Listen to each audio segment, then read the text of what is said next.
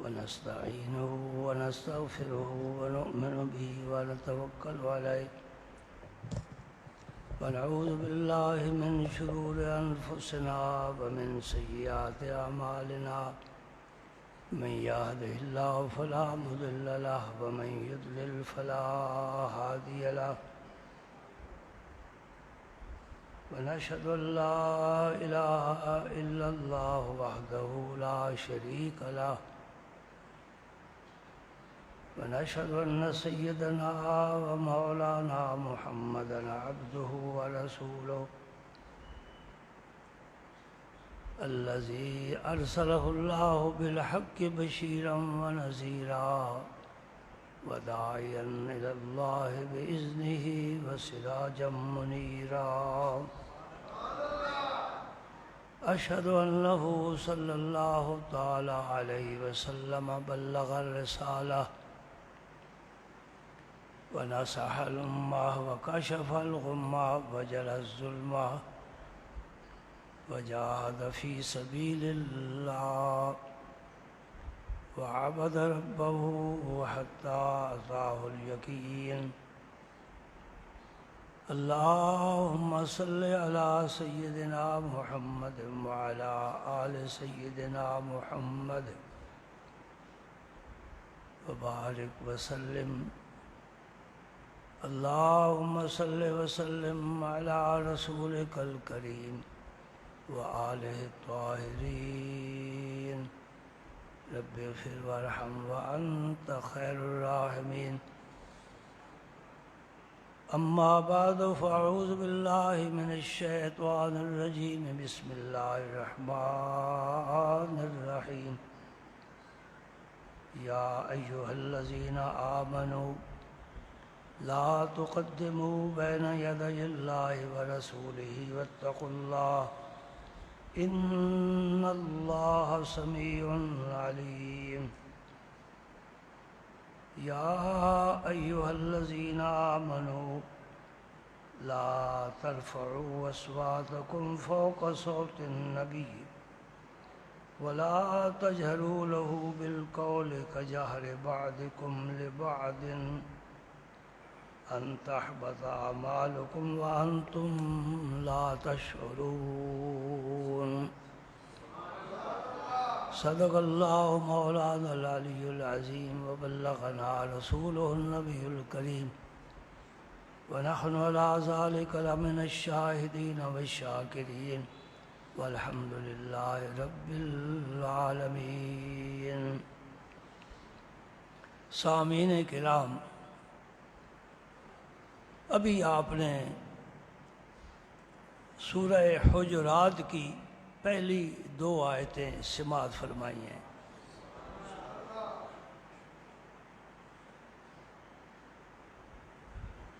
ان 2 آیات میں اللہ رب العزت صحابہ کرام کو بارگاہ رسالت کے آداب سکھا رہے ہیں.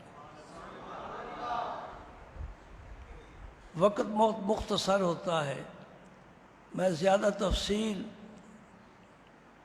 اور تشریح میں نہیں جاتا.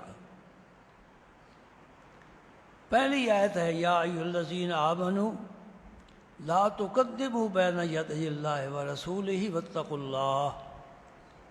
اے ایمان والو، اللہ اور اللہ کے رسول سے آگے نہ بڑھو اور اللہ سے ڈرو. ان اللہ سمیع علیم، اللہ سننے والا ہے، جانتا ہے.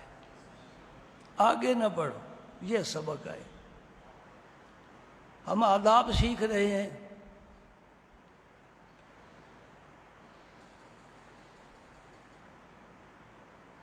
اللہ تعالی ہمیں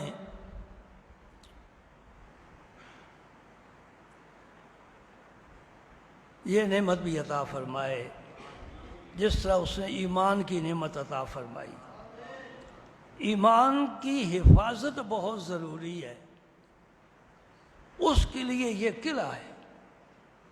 آداب نبوت ایمان کی حفاظت کا قلعہ ہے. اتنا اہم کیا مسئلہ ہے کہ آپ عید کی نماز پڑھ کر تشریف لائے،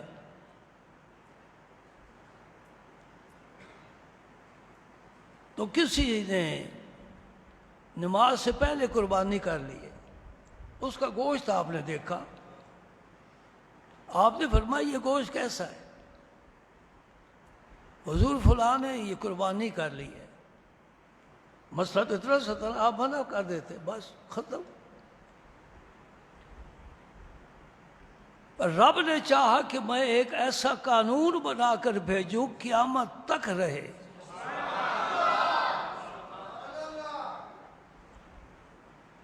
فوراً آ گئی آیت یا ایھا الذین آمنو، وہ کلمہ جو پڑھا ہے تو پھر ادب سیکھو۔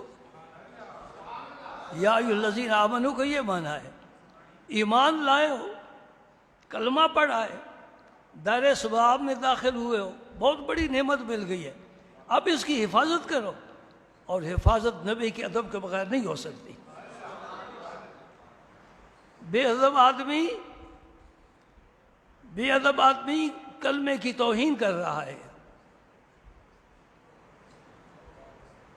دیکھو نا، آپ کے پاس قرآن پاک ہے، یہ قرآن پاک، اس کو آپ بے وضو ہاتھ نہیں لگا سکتے، بے ادبی ہے۔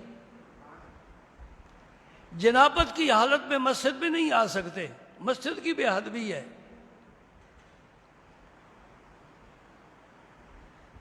اور آخر میں انشاءاللہ ایک بات بتاؤں گا آپ کو اپنے بیان کے آخر میں، وہ آپ نے یاد رکھنی ہے۔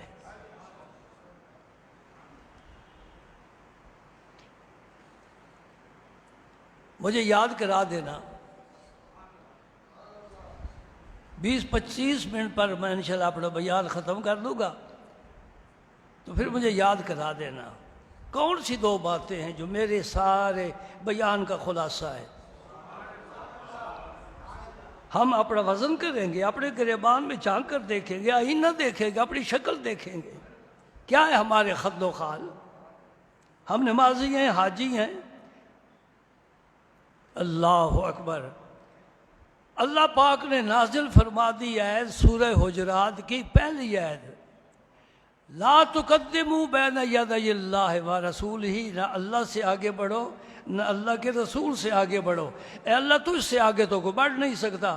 فرمایا میں محبت کے لیے اپنا ذکر کر رہا ہوں، اصل مقصد ہے میرے رسول سے آگے نہ بڑھو۔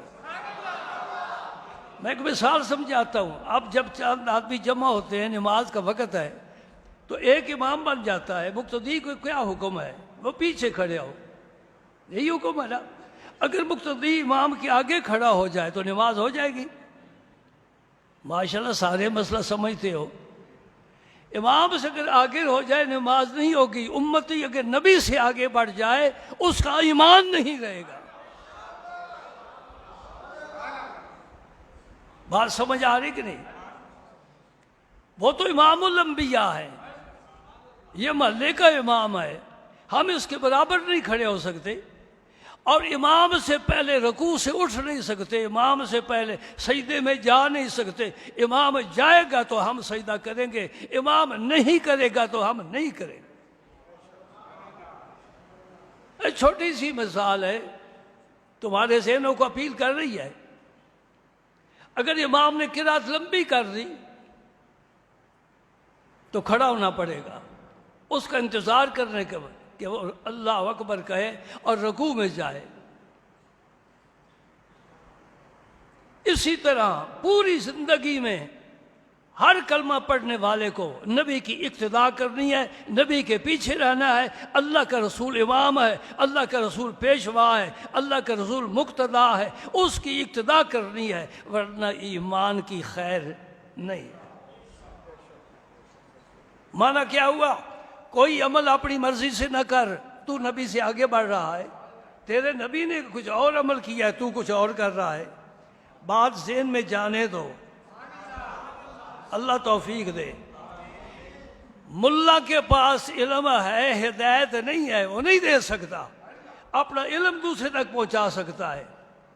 ہم مجبور ہیں، ہمارے پاس ہدایت کا ذخیرہ نہیں ہے، اللہ جس سے چاہے ہدایت دیتا ہے۔ ہدایت ادھر سے مانگو، مسائل ہم سے پوچھو، دین ہم سے سیکھو، ہدایت میرے رب سے مانگو، توفیق رب سے مانگو۔ ہم اتنے جاہل ہیں، معاف کرنا میں حقیقت بات کر رہا ہوں، شہروں میں تعلیم یافتہ جاہل لوگ ہیں، ڈگری بڑی ہے، علم نہیں ہے، وضو کے فرض نہیں معلوم، کس صورت میں سجدہ صاحب واجب ہوتا ہے نہیں معلوم، وضو کی سنتیں کتنی ہیں نہیں معلوم۔ تو پھر میں نے جو کہا صحیح ہے کہ غلط ہے؟ تعلیم یافتہ لوگ جاہل ہیں، دیہاتوں میں تو تعلیم ہے ہی نہیں، تو وہ تو ماشاءاللہ 100% جاہل ہے۔ مسلمان کے گھر میں پیدا ہو جانے سے بایزید بستامی نہیں بن جاتے، ٹکریں مارنی پڑتی ہیں، بڑے مجاہدے کرنے پڑتے ہیں، ریاضتیں کرنے پڑتی، پھر جا کر کوئی نعمت ہاتھ آتی۔ تو رب سے توفیق مانگا کرو، یا اللہ مجھ میں یہ عیب ہے، یہ گناہ ہے، میں چھوڑنا چاہتا ہوں، مجھے توفیق عطا فرما، میری مدد فرما، میں اس گناہ سے بچ جاؤں۔ ساری زندگی ساتھ ملامت لے کر چلنا ہے۔ گاڑی آپ کی جا رہی ہے، ایک ٹائر پنچر ہو گیا، فوراً بریک نہیں لگا لیتے کہ چلتے رہو گے، فوراً بریک لگاؤ گے۔ اس بیماری کا علاج کرنا ہے۔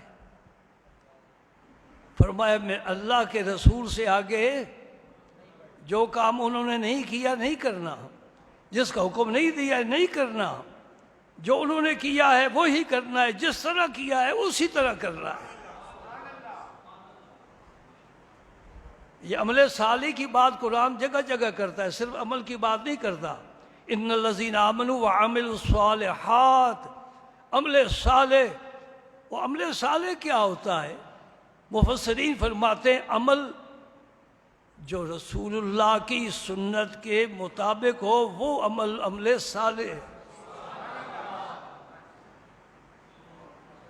دوسری ہے لا ترفعوا اصواتکم فوق صوت النبی،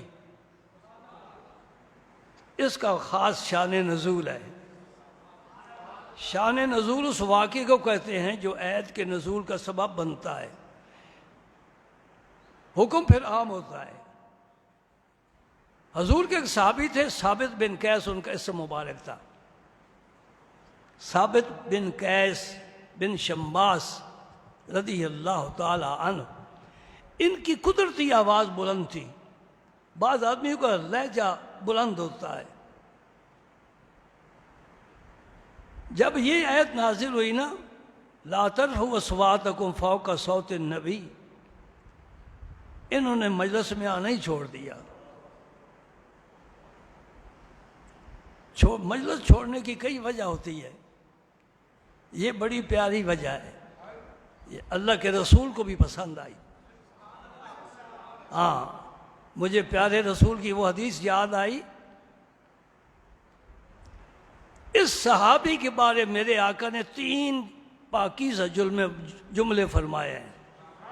ان کے دامن میں 3 موتی ڈالے ہیں، بڑی قیمت، بڑی قیمت۔ ہم ساری زندگی ایک ٹانگ پر کھڑے ہو کر رب کی عبادت کریں، ایک جملہ بھی ہمارے حصے میں نہیں آ سکتا جو رسول پاک نے ان کو 3 جملے عطا فرمائے۔ سنو،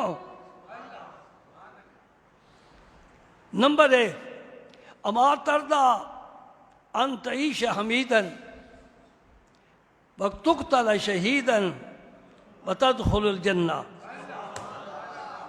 یہ 3 جملے ہیں۔ فرمایا اے میرے ثابت، کیا تو اس بات سے راضی نہیں ہے کہ زندگی گزارے قابل تعریف زندگی؟ قابل تعریف زندگی کون سی ہوتی ہے؟ کاروبار اچھا ہو، گاڑی بڑی قیمتی ہو، معاشرے میں بڑا مقام ہو، کوئی حکومت میں منصب مل جائے، قابل تعریف زندگی وہ ہوتی ہے کہ بندہ اپنے رب کی غلطی ایک دفعہ بھی نہ کرے، وہ قابل تعریف زندگی ہے۔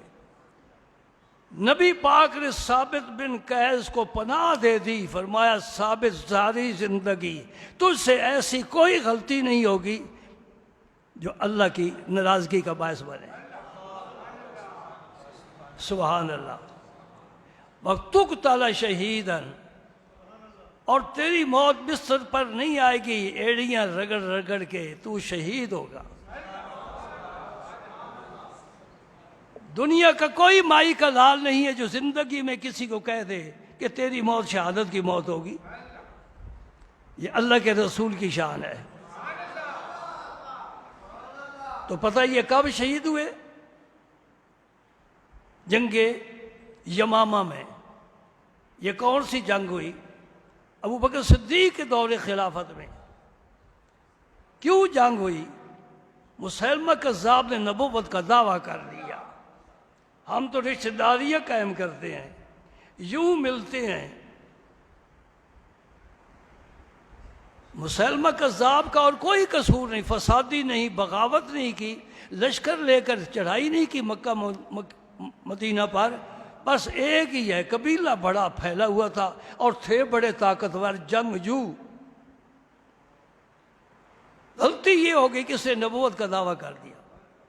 نبی کریم صلی اللہ علیہ وسلم کی زندگی پاک میں یہ آپ سے ملنے کے لیے آیا، اور اس وقت بھی اس کے دماغ میں یہ کیڑا تھا، کہنے لگا حضور آدھی زمین آپ لے لیں، آدھی مجھے دے دیں۔ زمین سے مراد سارا قرہ خاک ہے، یہ زمین نہیں کہ آپ کی مربع زمین تھی۔ روح زمین تقسیم کر لیتے، آدھی آپ مجھے دے دیں، آدھی آپ رکھے۔ سرکار نے زمین سے ایک تنکا اٹھایا، فرمایا یہ تنکا بھی میں تجھے نہیں دوں گا۔ اس زمین کا واحد محمد الرسول اللہ مالک ہے، زمین کا نہیں، آسمان کا بھی۔ کیوں؟ حضور نے فرمایا، یہ جوش خطابت نہ سمجھو، اب اس عمر میں جوش ہونا بھی تو کیا ہے۔ مارا زمانہ نے اسد اللہ خاتم میں، وہ ولولے کہاں، وہ جوانی کدھر گئی؟ میں تو ساری زندگی جوانی ڈھونڈتا رہوں، مجھے تو ملی ہی نہیں۔ جوش خطابت نہیں، میرے نبی کی حدیث ہے، فرمایا میرے 2 وزیر آسمانوں پر ہیں، 2 وزیر زمین پر ہیں۔ آسمانوں پر وزیروں کا نام کیا ہے؟ جبرائیل اور میکائیل، اور زمین پر جو میرے وزیر ہیں ابو بکر اور عمر۔ اب میں آپ سے پوچھتا ہوں وزیر کس کے ہوتے ہیں؟ کوئی میرا تمہارا وزیر ہے جس کی سلطنت ہوتی ہے؟ مفتی احمد یار خان صاحب رحمۃ اللہ علیہ نے ایک رسالہ لکھا ہے، اس کا نام ہی بڑا پیارا ہے، سلطنت مصطفیٰ در مملکت کبریا۔ توجہ کرو نا، سلطنت مصطفیٰ در مملکت کبریا۔ مملکت اللہ کی ہے، خدا کی ہے، اور اس میں حکومت مصطفیٰ کی ہے۔ سبحان اللہ، سبحان اللہ۔ اس لیے نفیس صاحب نے، جو ہیں تو دیوبندی لیکن بات بڑی محبت کی کہہ گئے ہیں، وہ فرماتے تیرا سکہ رواں کل جہاں میں ہوا۔ تیرا سکہ کس کا چلتا ہے؟ جس کا اپنا ملک ہو نا۔ اب پاکستان کا روپیہ امریکہ میں نہیں چل سکتا، اس کا ڈالر تو یہاں چلتا ہے، مرتے ہیں اس ڈالر کے پیچھے۔ اور آج دن تک کوئی مطمئن نہیں ہوا، کسی کے پاس پوری رقم نہیں آئی، ابھی اور تلاش ہے۔ یہ پہاڑی سفر ہے، اپنی قیمتی زندگی ضائع نہ کرو، تھوڑا وقت ہے، اپنے رب کے ساتھ رابطہ قائم کرو۔ تیرا سکہ رواں کل جہاں میں ہوا، اس زمین میں ہوا، آسمان میں ہوا۔ کیا عرب کیا عجم سب ہے زیر نگیں، اے رحمت للعالمین تجھ سے کوئی نہیں، تجھ سے کوئی نہیں۔ سبحان اللہ، سبحان اللہ، سبحان اللہ، اللہ اللہ، اللہ اللہ، تبھی تو انگلی کا اشارہ ہوتا ہے تو چاند ٹکڑے ہو جاتا ہے. سورج ڈوب جائے مرضی پاک آ گئی، سورج واپس آ گیا. درختوں کو بلایا دوڑتے چلے آئے، پتھروں سے کلمہ پڑھوا لیا. کون کر رہا ہے؟ اللہ کر رہا ہے، نبی کو اختیار دیا ہے. فرمایا اما ترضى ان تعيش حمیدا وتقتل شہیدا وتدخل الجنہ، اور جنت میں تو چلا جائے گا. سیدنا ابو بکر صدیق رضی اللہ تعالیٰ عنہ کو پتہ چلا کہ اس بدبخت نے نبوت کا دعویٰ کیا ہے. خالد بن ولید کو فرمایا فوج تیار کرو، تجھے سے سالار بناتا ہوں، کر دو حملہ. بڑی جنگ زبردست ہوئی. اس کے قبیلے نے عصبیت کی وجہ سے جنگ کی ہے، وہ نبی نہیں سمجھتے تھے. اور اتنی جنگ ہوئی کہ صحابہ کرام، میں کیا عرض کروں، پریشان ہو گئے. میں تفصیل نہیں بیان کر سکتا، وقت بہت تھوڑا ہے. اس جنگ میں حضرت ثابت بن قیس شہید ہوئے، شہادت بھی مل گئی، زندگی گزاری قابل تعریف. اب تیسرا مرحلہ نبی نے کہہ دیا، فرشتوں نے جنت کے 8 دروازے کھول دیے.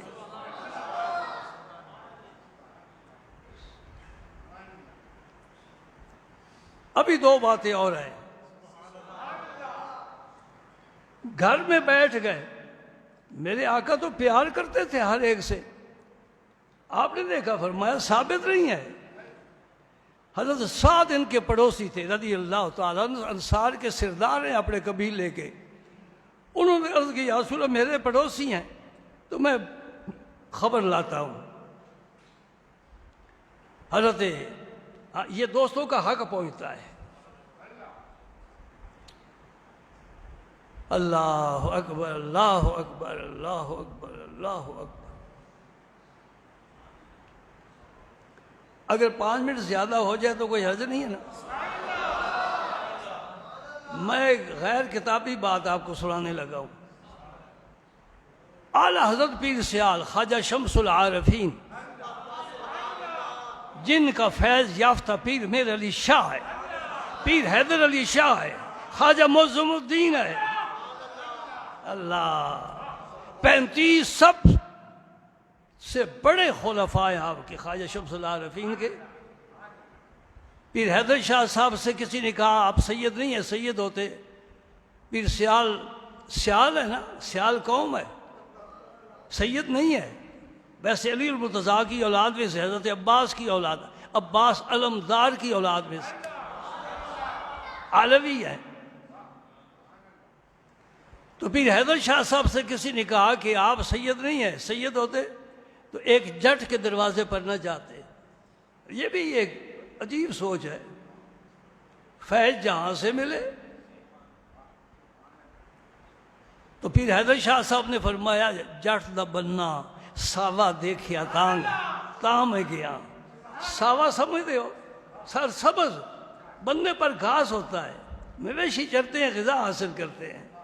بارکہ خواجہ شمس العارفین وضو فرما رہے تھے، نہیں معذرت، آپ کے پاس ایک شخص آیا مہرہ شریف سے. یہ شہر ضلع اٹک کا ہے، میں ویسے وہاں گیا ہوں. وہ خلیفہ ہیں پیر خواجہ شاہ سلیمان توسوی کے، مہرہ شریف والے. تو یہ دونوں پیر بھائی ہوئے نا. وہاں سے ایک مرید آپ کی زیارت کے لیے حاضر ہوا سیال شریف. تو آپ نے فرمایا بھئی کیا حال ہے میرے پیر بھائی کا؟ پھر آپ نے فرمایا بھئی میں تو بوڑھا ہو گیا ہوں، میں تو کہیں جا نہیں سکتا. تو پیر بھائی بھی ملنے کے لیے نہیں آتے. دل تو کرتا ہے نا.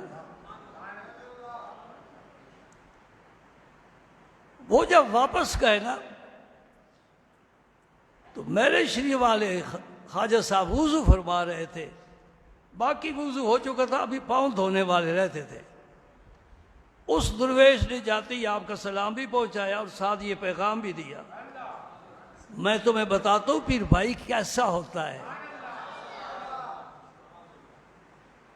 ہم شہروں میں رہتے ہیں، ہمیں نہیں پتہ ان چیزوں کا. یہ آستانوں سے ملتی ہے، درباروں سے. اگرچہ وہاں بھی اب وہ رونق نہیں رہی، لیکن پھر بھی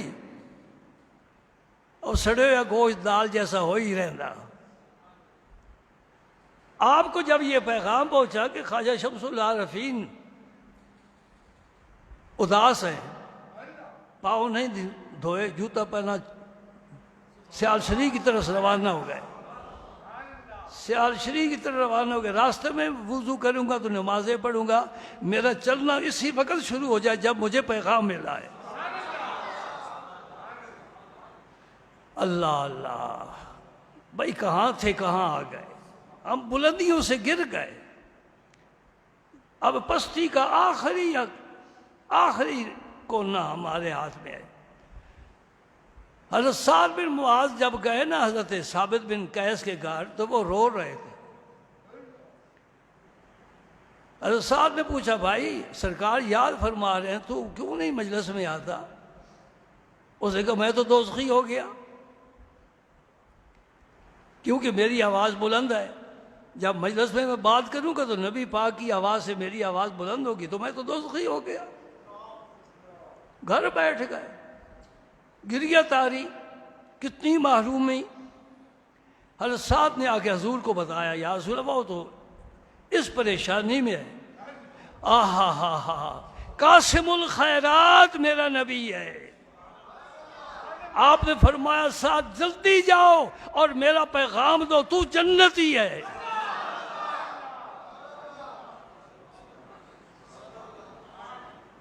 جنگ یمامہ میں ان کی شہادت ہوئی ہے. اب آخری بات سن لو، پھر دو باتیں جو میں آپ کے لیے بڑا سوچ بچار کر کے ڈھونڈ کر لایا ہوں. آپ شہید ہو گئے، ایک آدمی نے آپ کی زرہ اتار لی. آپ نے کسی کی کچھ رقم دینی تھی، مقروض تھے. دعا کرو دنیا سے کوئی مقروض نہ جائے. نبی پاک جنازہ نہیں پڑھتے تھے، پوچھتے تھے اس پر کسی کا قرض تو نہیں ہے؟ قرض ہے تو میں نہیں جنازہ پڑھوں گا. میں نے یہ بارہا آپ کو سنایا ہے، قرض لینے سے بچو، پیٹ پر پتھر باندھو، بچوں کو بھوکے ہیں تو سلا دو، قرض نہ کسی سے لو. بڑی لعنت ہے یہ. بینک والوں کو بھی چاہیے کہ کوئی قرض لینے کے لیے ہے تو اسے سمجھاؤ یہ قومی امانت ہے ہمارے پاس. بارکیف چلتا ہے کام. نبی کریم صلی اللہ علیہ وآلہ وسلم نے فرمایا جب آدمی شہید ہوتا ہے اس کے سارے گناہ معاف ہو جاتے ہیں، قرض نہیں معاف ہوتا. مقروض ہو کر بندہ نہ مرے، بھوکا ہو کے مر جائے تو کوئی بات نہیں، مقروض نہ مرے. خواب میں یہ بات سننے والی ہے، اور یہ میں جہاں سے بیان کر رہا ہوں یہ ابن قیم جو ابن تیمیہ کے شاگرد ہیں ان کی کتاب کتاب الروح ہے، میں وہاں سے آپ کو سنا رہا ہوں. اب میں تو دیکھ رہا مولوی کیسٹوں سے تیاری کرتے ہیں اور عام کتابیں واصف علی واصف کی پڑھ کے واقعات پتہ نہیں کیا ہوتے ہیں تو کیا بیان کرتے ہیں. نہیں، اصل واقعہ تک پہنچو تب ممبر کا حق ادا ہوتا ہے، وہ بیان کرو. اس ممبر کا بڑا مقام ہے. اور جتنی دنیا میں مذہبی آگ لگی ہوئی ہے ممبر سے لگی ہے. اور میں تو آپ کو مشورہ دیتا ہوں کہ یہ نیٹ پر جو مولوین کو نہ سنا کرو، لیکن پتہ نہیں پھر آپ کیوں پریشان ہو جاتے ہیں ان کے مسئلے سن کر. ایک کہہ رہا ہے ابو طالب کا ایمان ہے، ایک کہتا ہے نہیں ہے. ایک کہتا ہے 8 رکعت تراویح، ایک کہتا ہے 20 رکعت ہے. یہ مسائل آپ سن کر پھر پریشان ہوتے ہیں. یک درگیر وہ کمگیر. ایک عالم تلاش کرو اپنے شہر میں، ہو عالم، خوش الہان نہیں، عالم ہو. عالم اسے کہتے ہیں جو اصل عربی کی کتاب سے مسئلہ دیکھ کر بتا سکے، ترجمہ نہ پڑھے، اصل عربی کتاب اس سے مسئلہ دیکھ کر بتا سکے، وہ عالم ہے. اس کے پیچھے جمعے پڑھو، اس کی مجلس اختیار کرو، مسائل اس پر یقین کرو، عام مسئلے نہ سنو۔ یہ لوگ پتہ نہیں کیا ہے، اللہ تعالیٰ معافی دے۔ اور پھر گالی گلوچ نکالتے ہیں، عالم دین ہو کر ایسی گندی بات کرتے ہیں کہ ایک دیہاتی ان پڑھ بھی وہ بات نہیں کرتا، زبان پر کنٹرول ہی نہیں، آپ سنتے رہتے ہیں۔ پاک رکھ، علامہ اقبال کہہ گئے، پاک رکھ اپنی زبان، تلمیذ رحمان نہیں ہے تو۔ الرحمن علم القرآن خلق الانسان علمہ البیان، انسان کو اللہ نے بیان سکھایا ہے، اس لیے کہہ رہا تو شاگرد ہے اپنے اللہ کا، اپنی زبان کو پاک رکھ۔ اللہ اکبر۔ حضرت ثابت نے قرض دینا تھا اور شہید ہو گئے۔ ایک مجاہد کو خواب میں ملے، بڑی توجہ طلب بات ہے، سارے خواب خیال نہیں ہوتے، یوسف کا بھی خواب ہوتا ہے۔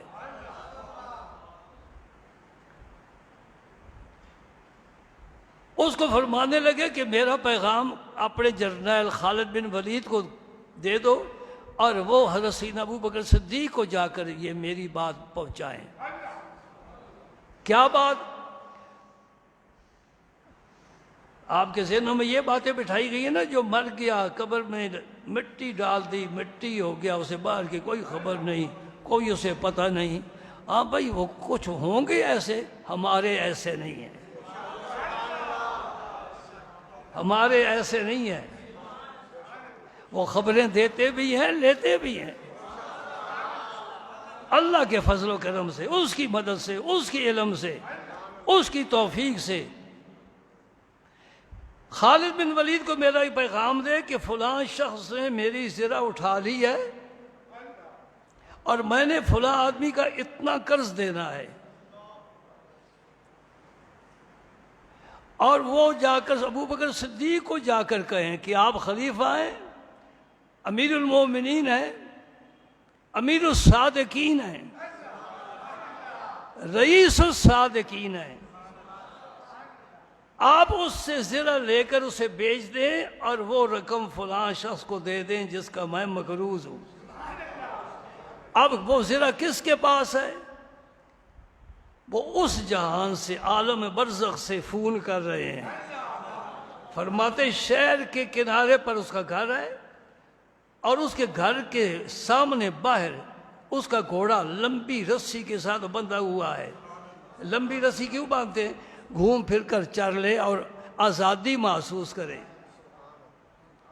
اور اس نے اپنے دالان میں پالان کے نیچے میری زرہ رکھ کر اس کے اوپر دیگ الٹی رکھی ہوئی ہے۔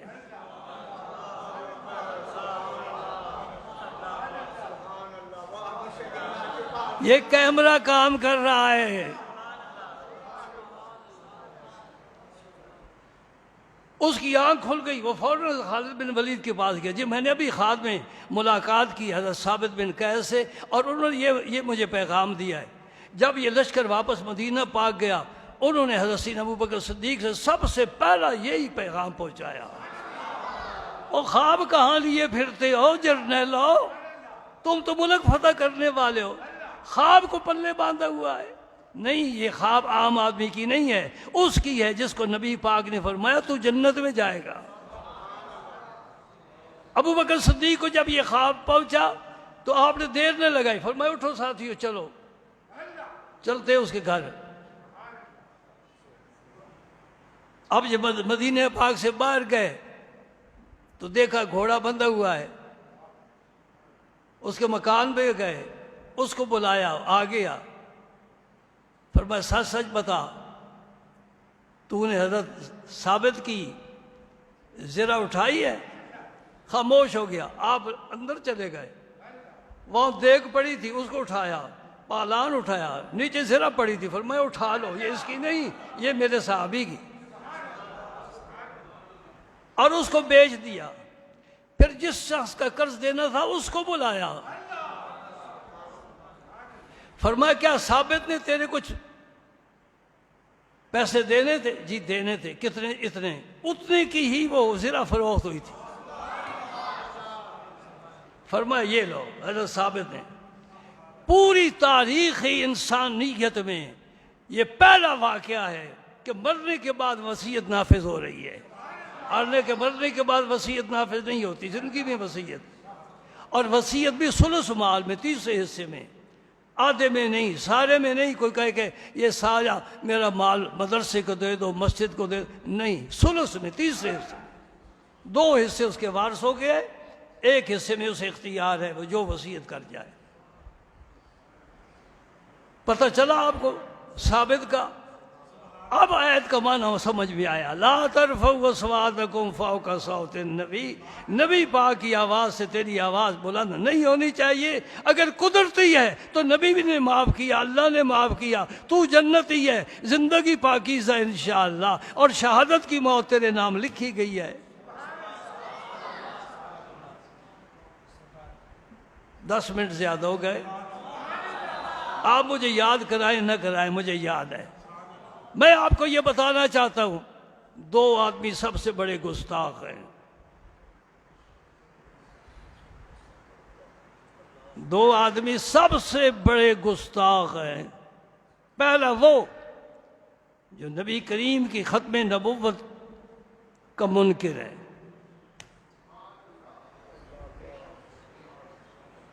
خواہ داڑھی مبارک اتنی رکھی ہوئی ہے، ٹوپی ہے، حج تو انہیں نصیب ہی نہیں ہوتا، صدقہ و خیرات کرتا ہے.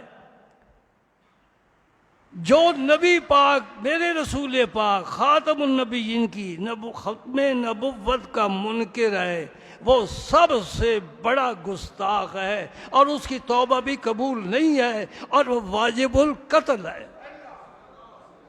دوستو یاد رکھو، ایک ہوتا ہے کافر، ایک ہوتا ہے مرتد. کافر کی توبہ قبول ہے جب کلمہ پڑھ لے، مسلمان ہے، اس کے پہلے سارے گناہ معاف ہیں. لیکن جو مرتد ہے وہ 1000 مرتبہ کلمہ پڑھے، اس کا کلمہ بھی قبول نہیں، اور وہ واجب القتل ہے، اسے معافی نہیں دی جائے گی. آگے سمجھ میں بات؟ ایک ہوا. تمہیں مبارک دیتا ہوں، اللہ پاک نے تمہیں عقیدہ ختم نبوت عطا فرمایا ہے، اور الحمدللہ میں نے ختم نبوت پر 2 دفعہ تفصیلی گفتگو کی ہے، وہ محفوظ ہے. اور پھر انشاءاللہ پھر ختم نبوت پر بیان کروں گا. دوسرا کون ہے؟ آپ مجھے اجازت دیں تو پھر میں یہ بات کہہ سکتا.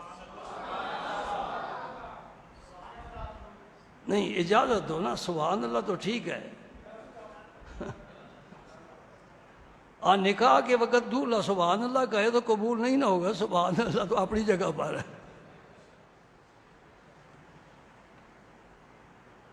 کہ کوئی مہمان آ جائے تو اس سے پوچھے پانی یا چائے، تو کہتے ہیں جی بارک اللہ. میں کہ بارک اللہ کا کیا معنی ہے؟ یا کہو پلاؤ یا کہو جی نہ پلاؤ.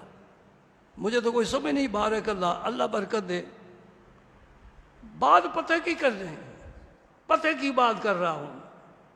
بڑا مطالعہ کیا ہے، بڑے بزرگوں کی صحبت حاصل کی ہے. تم تو ڈھونڈو، آنکھ میں ڈالنے کے لیے بھی تمہیں نہیں ملے گا.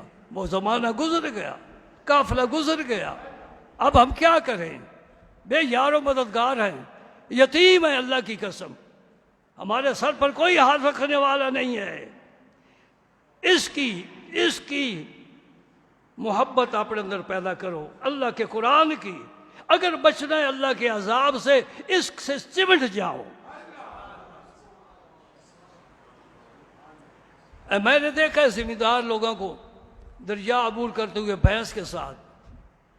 بھینس صحبہ کہنا چاہیے، بہت نفع دیتی ہے، دودھ دیتی ہے. اور بھینس کبھی پانی والا دودھ نہیں دیتی، خالص دودھ دیتی ہے. میں اس لیے اس کا احترام کر رہا ہوں. حضور نے فرمایا خیر الناس من ینفع الناس، بہترین انسان وہ ہے جو لوگوں کو نفع پہنچائے. ہم کیا نفع پہنچاتے ہیں؟ میں تو سمجھتا ہوں ہم سے تو وہ مرغی اچھی ہے جو انڈے دیتی ہے.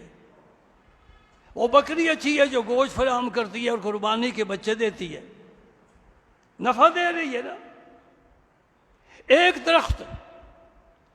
درخت دھوپ میں کھڑا ہے، سورج کی شعاؤں کو برداشت کر رہا ہے ہمارے نفع کے لیے، میں حاضر ہوں، نیچے بیٹھنا ہے حاضر ہوں، پر پھیلا دیتا ہوں، دھوپ نہیں لگنے دوں گا، پھل کھانا ہے تو میرا حاضر ہے۔ اور انسان کیا ہے؟ پتھر مارتا ہے، پھل کھا، وہ پھل دیتا ہے، یہ پتھر مارتا ہے۔ واہ انسان، پانی تو کبھی نہیں دیا نا، پھر اس کو کاٹو، وہ کہتے کاٹ کر لے جاؤ، میں حاضر ہوں۔ چیرو، کہتے چیرو، جو چاہو مجھے بناؤ، میں حاضر ہوں، میں تیری خدمت کے لیے پیدا ہوا۔ اس رخت نے بھی ہمیں نفع پہنچایا۔ انسان نفع نہ پہنچائے تو وہ انسان ہے۔ ہاں جی، آپ مجھے اجازت دے رہے ہیں دوسری بات کروں گستاخ کی؟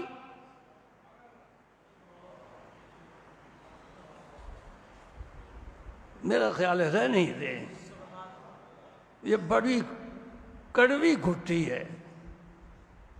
کیپسول تو آدمی نکل جاتا ہے نا، نہیں گھٹی ہے، منہ میں رکھنی ہے۔ مجھے ہمت نہیں ہو رہی، آپ ہمت دے نہیں رہے۔ پہلا گستاخ ختم نبوت کا منکر، دوسرا گستاخ رسول اللہ کی شریعت کے خلاف کام کرنے والا۔ سمجھ میں آئی بات کہ نہیں آئی؟ اپنی مرضی کرنے والا، رسول کچھ کہتا ہے یہ کچھ کرتا ہے۔ تو نے کلمہ رسول کا پڑھا ہے، کام بھی وہی کر جو تیرا رسول کہتا ہے۔ ابو بکر صدیق نے، عمر نے، عثمان نے، علی نے عزتیں پائی، بل طلحہ نے، زبیر نے، سعد نے، سعید نے، ابو ہریرہ نے، ابو سعید خدری نے، بلال نے، صہیب نے، سلمان نے جو عزتیں پائی ہیں، خدا کی قسم میرے رسول کی غلامی میں پائی ہیں۔ میرا رسول کہتا کیا وہ کرتے گئے۔ چلو چلتے چلتے میں ذرا گزشتے جمعے کی بھی ایک بات ساتھ ملا دوں، آپ کو سمجھ آ جائے گی۔ میں نے آخری بات جو کہی تھی آپ کو یاد ہوگا کہ نہیں یاد ہوگا، تحویل قبلہ یاد آ گئی؟ نماز ہو رہی ہے، 2 رکعتیں ہو چکی ہیں، 2 باقی ہیں، حکم آ گیا ہے پیارے آپ ادھر کی بجائے ادھر رخ کر لو۔ اچھا، اللہ اللہ، آپ نماز پڑھ رہے ہیں، آپ کو کسی نے اٹھا لیا اور آپ کا رخ ادھر کر دیا، آپ کی نماز ٹوٹ گئی، حالانکہ آپ کے اس کا ارادہ اس میں شامل نہیں ہے۔ یہ سینہ قبلے کی طرف متوجہ ہونا چاہیے، تب نماز ہوتی ہے۔ وقت تھوڑا تھا، وقت کیا ہے، ہم وقت کے پابند نہیں ہیں۔ سرکار ادھر رخ کر کے نماز پڑھ رہے ہیں، اب حکم ہو رہا ہے کہ ادھر رخ کر کے نماز پڑھو۔ اب سرکار ادھر آ گئے، قبلہ وہ بھی نہ رہا، ابھی ادھر پہنچے نہیں، سارے صحابہ کا رخ بدل گیا۔ میں آپ سے پوچھتا ہوں کہ قبلہ وہ تو ختم ہو گیا، ادھر اب پہنچے نہیں، یہ درمیان کی حالت میں نماز کی کیا حالت ہے؟ یہ مسئلہ سمجھنے والا ہے۔ یہ درمیان میں جو صحابہ گھوم پھر رہے ہیں، یہ نماز کدھر گئی؟ قبلہ تو ان کے سامنے ہے ہی کوئی نا۔ تو پھر عاجز کو اجازت دو یہ کہنے کی کہ قبلہ مکان کا نام نہیں ہے، قبلہ مصطفیٰ کا نام ہے۔ یہ عقل کی بات نہیں کر رہا، یہ دین کی بات کر رہا ہوں، کیونکہ مکان نہ ادھر ہے نہ ادھر ہے، صحابہ کا رخ ادھر ہے ادھر ہے، تو آگے رسول پاک ہے، ان کے پیچھے پیچھے پیچھے پیچھے۔ اب جب تیری زندگی میں یہ انداز آ جائے گا نا، پھر سمجھ لے اللہ تعالیٰ مجھ پر مہربان ہے اور میرے لیے ہدایت کے دروازے اس نے کھول دیے ہیں، اور پھر میں سمجھوں گا کہ میرے بیان کا کچھ مجھے کوئی فائدہ پہنچ رہا ہے۔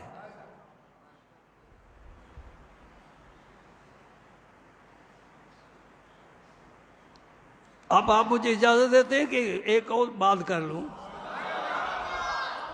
چاند اب نظر آنے والا، آج 28 تاریخ ہے ذی القعدہ کی، ذوالحج کا چاند 2 دن کے بعد نظر آ جائے گا۔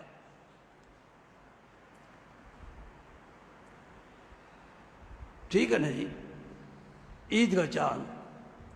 یہ جو پہلے 10 دن ہے نا، اس کا ذکر سورہ الفجر میں آیا ہے، آخری پارے میں سورہ الفجر۔ ترجمہ دیکھ لو، کوئی تفسیر دیکھ لو، والفجر ولیال عشر۔ اللہ پاک فرماتے ہیں مجھے فجر کی قسم۔ کون سی فجر؟ جب ہم سوئے ہوتے ہیں، اذانیں ہوتی ہیں، کبھی اذان سنی نہیں، جواب نہیں دیا، دعا نہیں مانگی، درود نہیں پڑھا، نماز نہیں پڑھی۔ صبح کی نماز پر فرشتے حاضری لگا کر اللہ کی جناب میں پیش کرتے ہیں۔ ہماری جو سوئے رہتے ہیں ان کی ہمیشہ غیر حاضری ہے۔ اور جو رجسٹر سکولوں میں ہوتا ہے، نام کے آگے خانے ہوتے ہیں ہر تاریخ کے، اور جو نہ ہو طالب علم حاضر، اس کے آگے غین لکھا کرتے تھے۔ آج کا پتہ نہیں کیا لکھتے ہیں، غین، غیر حاضری۔ میں اپنی بچپن کی بات کر رہا ہوں۔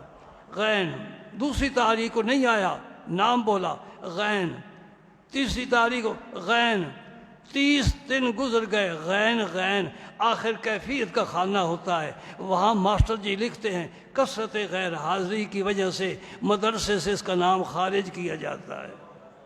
پتہ ہی کوئی نہیں ہے کدھر۔ کوئی توجہ کر رہے ہو میری بات؟ یہ کثرت غیر حاضری کیا گل کھلا سکتی ہے؟ والفجر، مجھے قسم ہے فجر کی، اور میں اپنی طرف سے کہہ رہا ہوں اللہ مجھے معاف فرمائے، اگر صحیح ہو تو مہربانی فرما دے۔ یہ کون سی فجر ہے؟ اگر آپ کو اللہ تعالیٰ مکہ مکرمہ لے جائے، راستے کھل جائیں، پابندیاں ختم ہو جائیں، تو وہاں آپ کو ایک مسجد جن ملے گی۔ مسجد کا نام کیا ہے؟ مسجد جن، مطلب جنات کا نہیں، انسانوں کا ہے۔ اس مسجد کا نام مسجد جن ہے۔ میرے آقا کریم کے زمانے میں وہاں کوئی مسجد نام و نشان نہیں تھا، صبح کا وقت تھا۔ مکہ مکرمہ میں اگرچہ پہاڑ بے رونق ہے، سبزہ نہیں ہے، درخت نہیں ہے، چشمے نہیں ہے، اور وادی ذی زرع ہے، کھیتی باڑی نہیں ہوتی، لیکن صبح کے وقت جو ہوا چلتی ہے نا، سبحان اللہ۔ اور چند صحابہ میرے نبی پاک کے ساتھ تھے، اور اس مقام پر میرے حضور نے فجر کی نماز پڑھائی۔ یہ میری تفسیر ہے اپنی، اور ابھی میرے ذہن میں یہ بات آئی ہے، ابھی ذہن میں بات آئی ہے۔ آپ اس وقت صبح کی نماز پڑھا رہے تھے، دھیمی دھیمی آواز خرامہ خرامہ چل رہی تھی، اور چند صحابہ ساتھ تھے، اور جنات آسمان پر جاتے تھے۔ آج ان کو روک لیا گیا ہے۔ شیطان نے کہا کہ آج کیا معاملہ ہو گیا؟ ہم تو آسمانوں پر جا کر فرشتوں کی باتیں سنا کرتے تھے، اب کیوں ہمیں روک لیا گیا ہے؟ معلوم ہوتا ہے کہ بڑا واقعہ پیش آ گیا، تم سارے پھیل جاؤ۔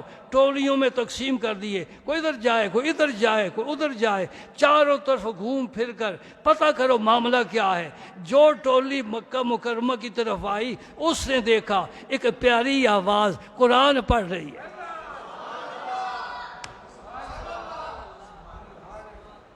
قرآن میں یہ واقعہ آتا ہے، میں نے ایک دفعہ جمعے پر بیان کیا تھا، آپ کو یاد ہونا چاہیے۔ اس نے باقی سب کو بلایا، ادھر آؤ ادھر آؤ، انا سمعنا قرآنا عجبا، ہم نے قرآن سنا ہے، بڑا عجیب کلام ہے، آج دن تک ایسا کلام نہیں سنا، ادھر آؤ سنو سنو۔ یہ لمبا واقعہ ہے، 2 صورتوں میں واقعہ آیا ہے الگ الگ، اور صورت جن بھی ہے۔ وہ فجر ہے، میرے اپنے خیال کے مطابق اس فجر کی رب قسم کھا رہا ہے۔ والفجر، مجھے قسم ہے فجر کی، علماء نے جو لکھا ہے وہ میں آپ کو بتا دیتا ہوں، میں تو علماء میں سے نہیں ہوں۔ وہ فرماتے ہیں یہ یکم ذوالحج کی یا یکم محرم کی فجر مراد ہے۔ یکم محرم کی اس لیے کہ سال شروع ہوتا ہے، یکم ذوالحج کی اس لیے کہ حضرت ابراہیم علیہ السلام کی یادیں تازہ ہوتی ہیں۔ یہ 10 دن 10 راتیں، والفجر قسم ہے فجر کی، ولیال عشر قسم ہے 10 راتوں کی۔ حدیث پاک میں حضور نے فرمایا، مجھے کیوں ضرورت محسوس ہوئی یہ حدیث بیان کرنے کی؟ آپ نے فرمایا کہ ان 10 راتوں سے افضل کوئی رات نہیں، اس میں جو بندہ عمل کرے گا وہ سب سے زیادہ رب کو پسند ہوگا، لہذا ان کی قدر کرنی چاہیے۔ باقی قربانی کے مسائل انشاءاللہ آئندہ جمعے، اور اللہ نے توفیق عطا فرمائی، میرے ذہن میں ایک خیال آیا، آج صبح کی تکبیر تحریمہ کہنے سے پہلے مکبر تکبیر کہہ چکا تھا اور میں بھی اللہ اکبر کہنے والا تھا، تو میرے خیال میں ایک نئی قربانی آئی، لیکن وہ قربانی کے بعد انشاءاللہ میں آپ کو بتاؤں گا۔ ادھار ہے نا، زندگی اور توفیق اللہ تعالیٰ کے پاس ہے۔ وآخر دعوانا الحمدللہ۔